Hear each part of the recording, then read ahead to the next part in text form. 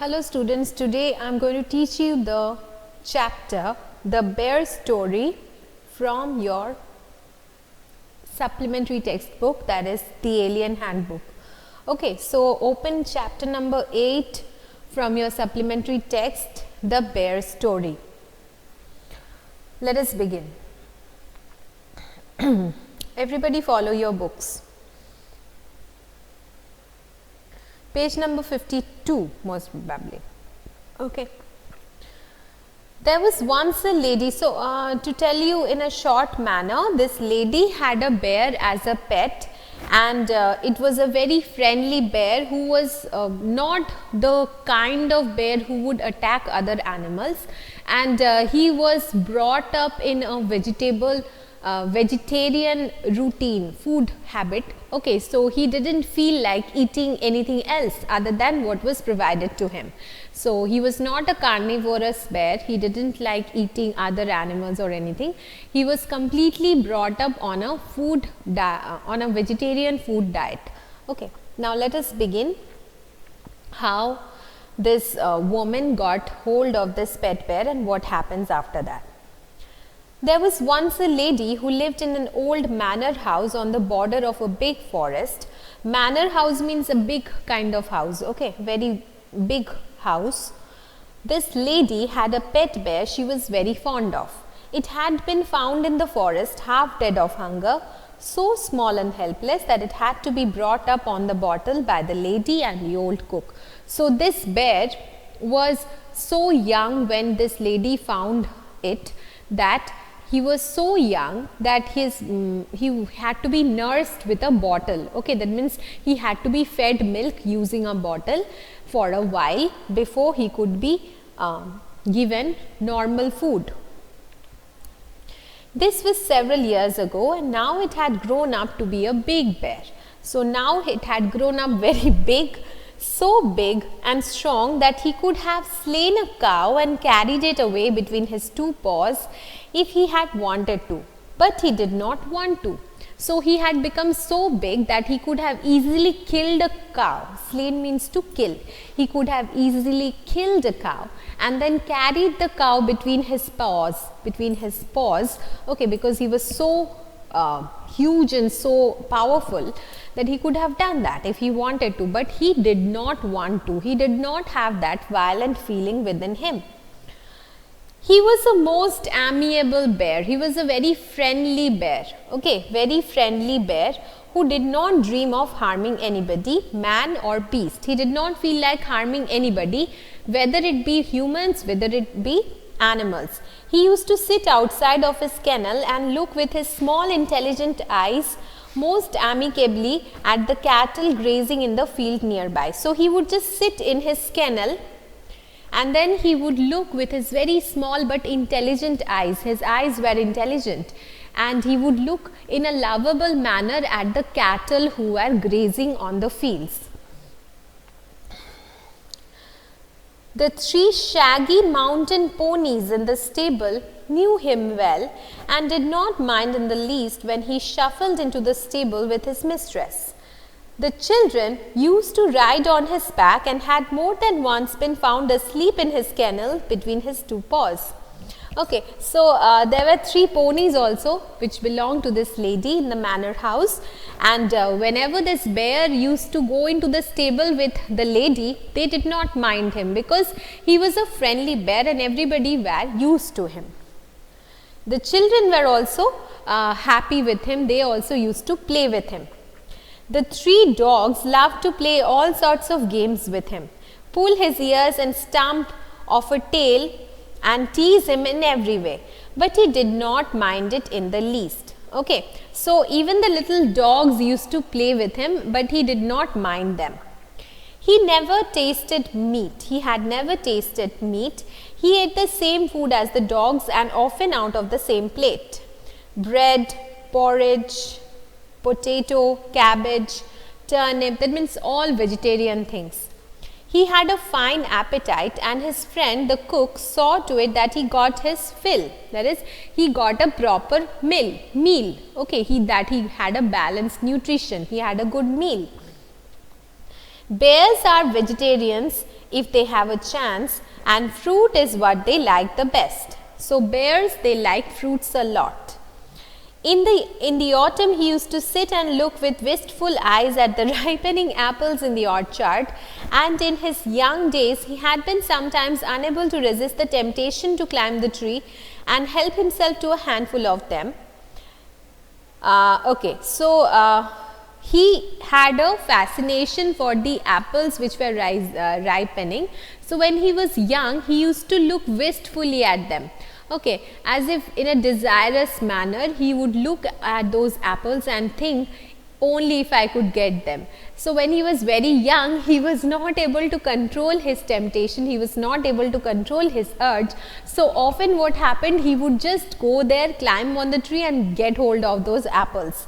Okay, anyway, bears may look clumsy and slow in their movements, but try a bear with an apple tree and you will soon find out that he can easily beat any schoolboy at that game. So they look clumsy, they look like they are clumsy, that they can't climb, they are kind of big, but if you try bears at climbing trees, they are so fast and so quick climbers that they can even beat a fit schoolboy in the climbing of tree. Now he had learned that it was against the law, but he kept his small eyes wide open for any apples that fell to the ground. Now he knew that climbing an apple tree for taking those trees down is not right. He has been trained that it is not correct thing to do. So he doesn't climb up the tree to get his apples, but he waits for the apples to fall on the ground so that he could take them. There had also been some difficulties about the beehives. He had been punished for this by being put on the chain for 2 days with a bleeding nose, and he had never done it again. So once what happened, maybe he wanted to get the beehives, because you know bears, they love honey, right? We know about the character of Winnie the Pooh, and he likes his honeys all the time, right? So he had also probably tried to get hold of the beehives. Maybe he got stung, and so that he doesn't repeat this action again, his mistress had kept him in chain for 2 days as a kind of punishment, and he has never done this again. Otherwise, he was never put on the chain except for the night, and quite rightly so, for a bear, like a dog, is apt to get somewhat ill-tempered if kept on the chain, and no wonder. So he was not normally kept on the chain except at night when he was sleeping, because if he was constantly kept on the chain, he would become very irritated. Okay, he would become very ill-tempered, his mood would become very bad. Now come to the second section.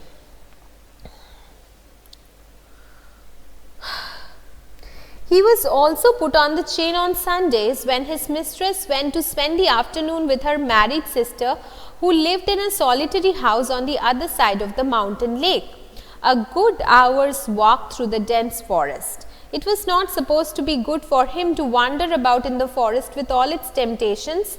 It was better to be on the safe side. He was also a bad sailor, and had once taken such a fright at a sudden gust of wind that he had upset the boat, and he and his mistress had to swim to the shore. Now he knew quite well what it meant when his mistress put him on the chain on Sundays, with a friendly tap on his head and the promise of an apple on her return if he had been good during her absence. He was sorry but resigned, like a good dog, when his mistress tells him he cannot come with her for a walk. Now he was also put on chain on Sundays when his mistress used to go and visit her sister, who lived on the other side of the forest. She believed that walking through the dense forest was not really okay for the bear, because he might be tempted to go and climb any tree.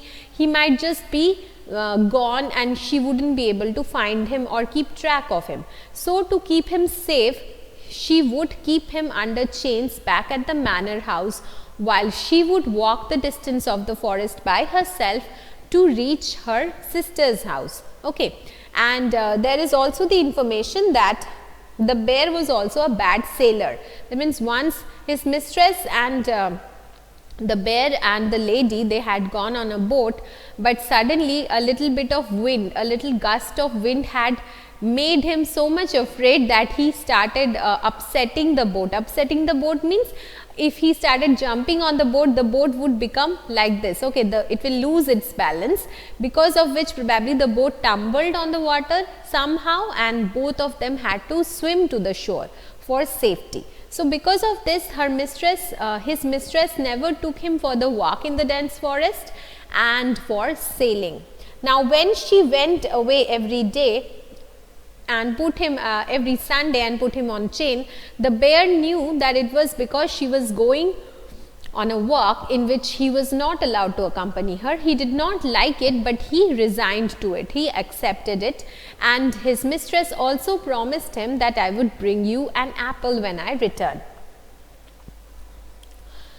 One Sunday, when the lady had chained him up as usual and was about halfway through the forest, she suddenly thought she heard the cracking of a tree branch on the winding footpath behind her. She looked back and was horrified to see the bear coming along full speed. Bears look as if they move along quite slowly, but they shuffle along much faster than a trotting horse. In a minute, he had joined her, panting and sniffing, to take up his usual place, dog fashion, at her heels. The lady was very angry. She was already late for lunch. There was no time to take him back home. She did not want him to come with her, and besides, it was very naughty of him to have disobeyed her. She told him in her severest voice to go back at once, menacing him with her parasol. Parasol means the umbrella. He stopped a moment and looked at her with his cunning eyes, but did not want to go back and kept on sniffing at her. When the lady saw that he had even lost his new collar, she got still more angry and hit him on the nose with her parasol so hard that it broke in two. He stopped again, shook his head and opened his big mouth several times as if he wanted to say something. Then he turned around and began to shuffle back the way he had come, stopping now and then to look at the lady, till at last she lost sight of him. When the lady came home in the evening, the bear was sitting in his usual place outside his kennel, looking very sorry for himself. The lady was still very angry. She went up to him and began to scold him most severely, and said he would be chained for 2 more days. The old cook, who loved the bear as if he had been her son, rushed out from the kitchen very angry. "What are you scolding him for, missus? He has been as good as gold the whole day, bless him. He has been sitting here quite still on his haunches, as meek as an angel, looking the whole time towards the gate for you to come back." Okay, so this means that the bear who had followed her was not this bear but another bear, and she had actually broken her umbrella on that wild bear. Okay, so this is just a misunderstanding. Now, let me just explain this portion. One Sunday, when she was chaining him up as usual, she chained him up in his kennel, and then she started her walk through the dense forest towards her sister's house. And then she felt that some sound was there coming from behind her. She turned around and she saw the bear. She thought that it was her pet bear. Okay, so the cracking of a tree branch behind her, cracking sound of the tree branch could be heard behind her, and when she turned around, she saw that the bear was walking towards her, kind of running towards her. She looked back and was horrified to see the bear coming along at full speed. This bear was running towards her in full speed, and she thought that it was her pet bear, but it was not that. It was a wild bear who had probably come to attack her. Then, in a minute, he had joined her, panting and sniffling, to take up his usual place, dog fashion, at her heels. The lady was very angry. Now, this was different because he had actually come up and this bear was actually following her. Okay, he was not attacking her. Now, this was a different bear. This was not that bear. But she was so angry that she couldn't understand it, and so she did not want him to come with her. She told him in her severest voice, that means in the most shrill voice, in the very angry voice, she told him that you have disobeyed me and you have become very naughty to disobey me. She told him that he should go back at once, and she even menaced him, that means like this, threatened him with her umbrella. Okay, parasol means umbrella. Go back, like that. She was doing that.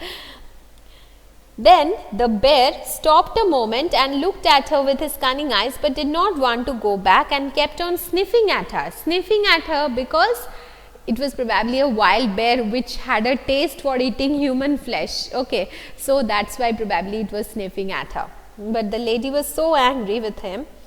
When the lady saw that he had even lost his new collar, the collar which was usually behind her pet bear was also missing in this bear, obviously. She got still more angry and hit him on the nose with her parasol so hard that it broke in two. Okay. Then she hit the bear on the nose, and the umbrella also broke in two. He stopped again, shook his head and opened his big mouth several times as if he wanted to say something.